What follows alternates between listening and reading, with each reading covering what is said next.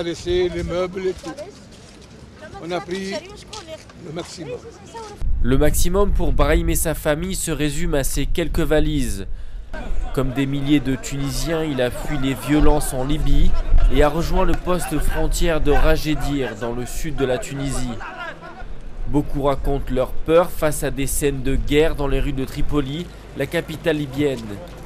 Des tirs à l'arme automatique et des bombardements, surtout la nuit.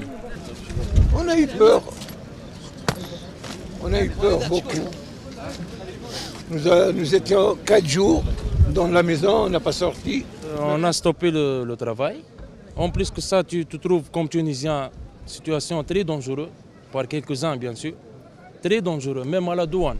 De nombreux pays se sont mobilisés pour évacuer leurs ressortissants.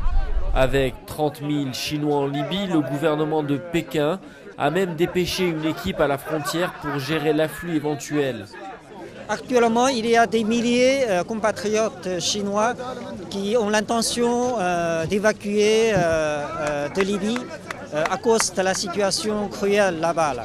Pour l'heure, entre 5 000 et 6 000 personnes auraient gagné la frontière tunisienne, selon le Croissant Rouge et l'ONU. L'afflux est pour le moment sous contrôle, mais pourrait devenir préoccupant si les Libyens eux-mêmes se mettaient à fuir leur pays, face à une situation qui semble s'aggraver de jour en jour. Je vis en Libye depuis 1989. C'est la première fois que nous assistons à cela. Une situation très très grave. Je vous promets, je pleure sur le sort des Libyens. J'ai pleuré quand j'ai vu ce qui s'est passé à la télévision. La fuite vers les frontières des ressortissants étrangers devrait se poursuivre pendant plusieurs jours encore. Des frontières terrestres qui restent pour la plupart l'unique chance de sortie.